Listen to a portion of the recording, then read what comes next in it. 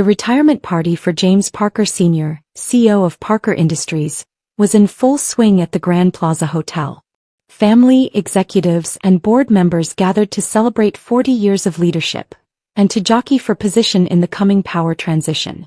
I sat quietly at my assigned table, far from the main action of course, watching my brother James Jr. work the room. Everyone knew he was the heir apparent, groomed since birth to take over the family business. Little sister. James's voice boomed across the room. Still job hunting? I sipped my water, hiding a smile. Something like that. You know, he continued, loud enough for nearby executives to hear, there might be an entry-level position in HR if you're really desperate. Though you'd have to actually come to the office. The executives chuckled. Poor Catherine Parker, the family disappointment who'd walked away from her VP position 2 years ago to find herself. My phone buzzed discreetly, acquisition paperwork complete. You now own 82% of Parker Industries.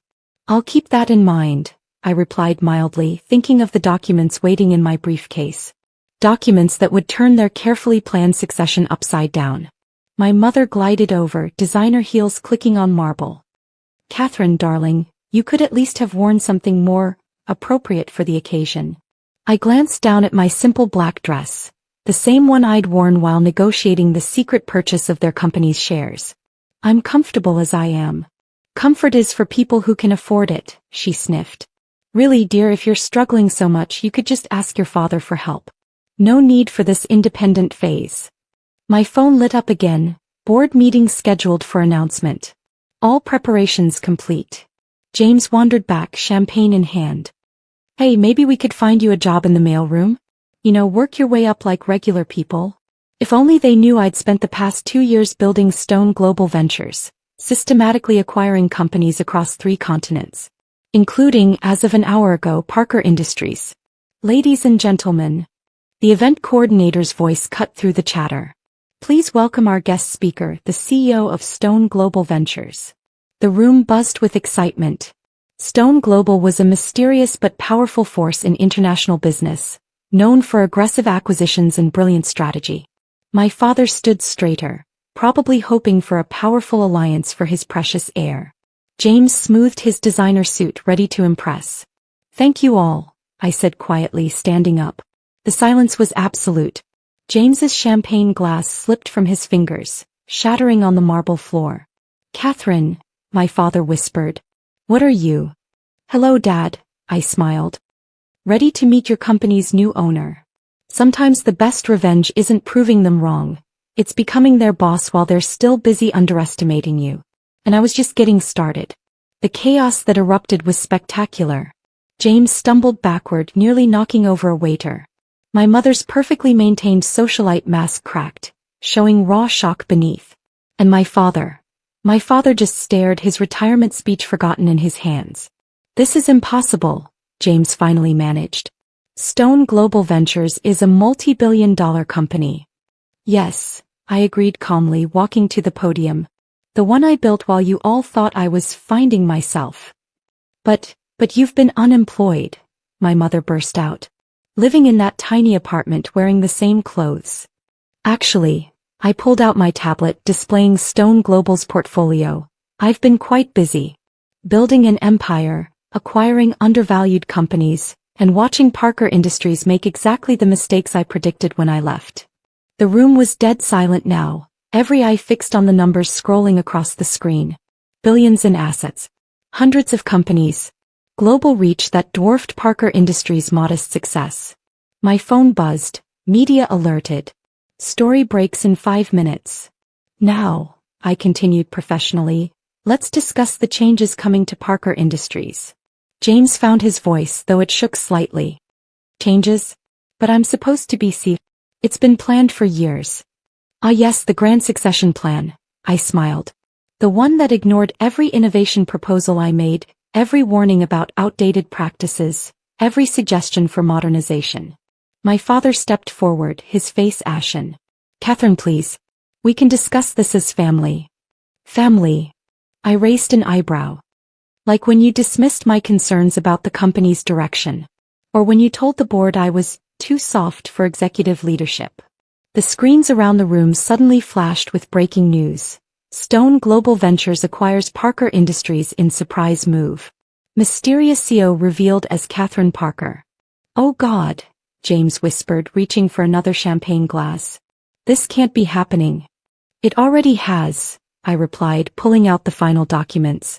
"As of an hour ago, Stone Global owns 82% of Parker Industries. And our first order of business will be a complete restructuring of leadership." My mother sank into a chair, her designer dress crumpling. But you're not ready for this. You live like a normal person." "That's because success isn't about showing off wealth," I said quietly.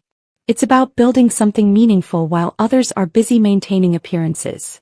My phone lit up again, executive team standing by for restructuring orders. "Now," I addressed the shocked room, "those who want to be part of Parker Industries' future can adapt to our new merit-based culture. Those who can't." I glanced at James, still clutching his champagne, "will find their severance packages generous." "Merit-based?" James sputtered. "But I'm your brother. The heir. Being born first isn't merit," I replied coolly. "Neither is wearing designer suits or playing golf with board members.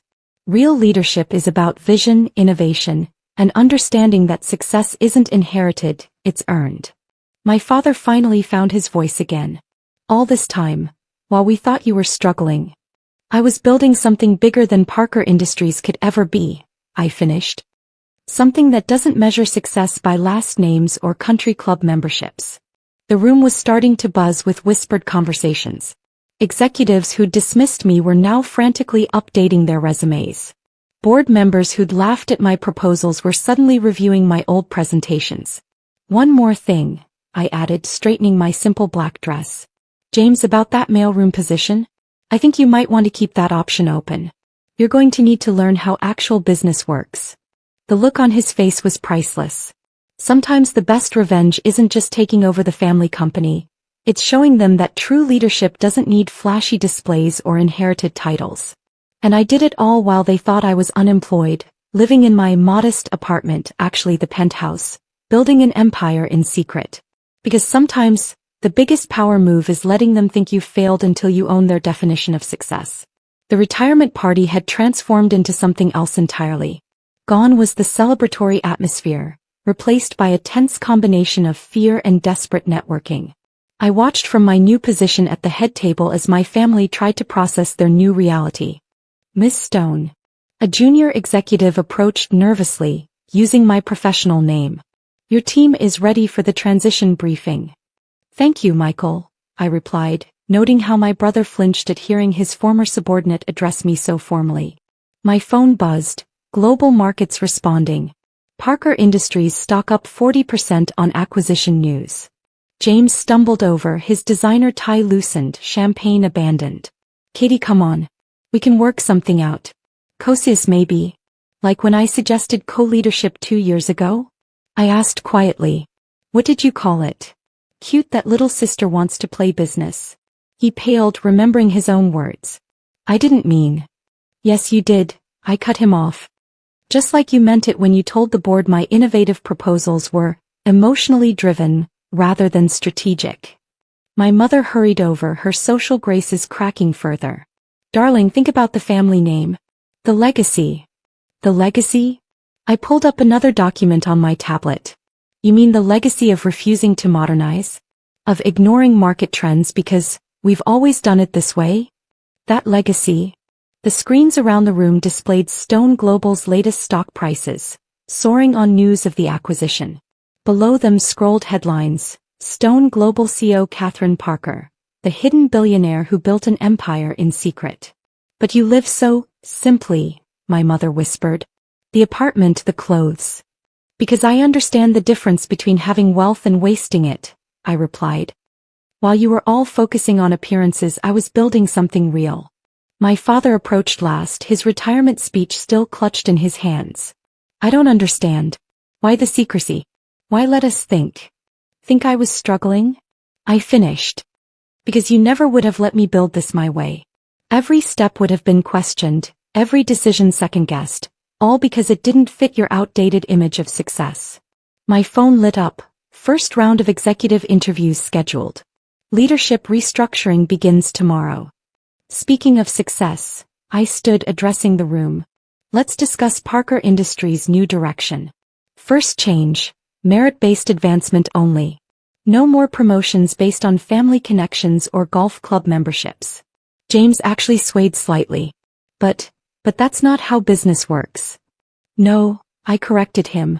That's not how you did business. While you were planning your corner office decoration, I was building a global empire that values innovation over inheritance. The room was filled with the sound of furious note-taking as executives realized the old ways were officially over. One more thing, I added, my voice carrying clearly. The company's new headquarters will be in my tiny apartment building. You know, the one you mocked? The entire top floor of stone tower. My mother's designer clutch slipped from her fingers. The stone tower? The most expensive building in the city. Amazing what you can afford when you're not wasting money on showing off, I smiled. Though James, you might want to start house hunting. Your company mansion is being converted into a community innovation center. The look of horror on his face was matched only by my mother's dismay at the loss of their social status symbol. Now, I checked my simple watch, the same one they pitted me for wearing. I have an empire to run. Those interested in being part of Parker Industries' future can meet with HR tomorrow. Merit evaluations begin immediately. As I gathered my things, my father made one last attempt. Catherine, please. The family name will finally be associated with real success, I finished. Not just inherited privilege. Walking out of the party, my party now, I couldn't help but add a final touch. Oh, and James? About that mailroom position. Better get your resume ready. Though you might want to leave off the former heir part. We're not big on nepotism at Stone Global. Sometimes the best revenge isn't just becoming their boss. It's showing them that true success was never about the name, the clothes, or the appearances. It's about building something meaningful while they're too busy showing off to notice the empire rising in their shadow. And I did it all in my simple black dress from my modest penthouse, while they thought I was just another failed executive looking for work. Because sometimes, the biggest power move is letting them underestimate you until you own their entire world. My phone buzzed one final time. Welcome to your new office, Miss Stone. The view from the top is excellent. Yes, it was.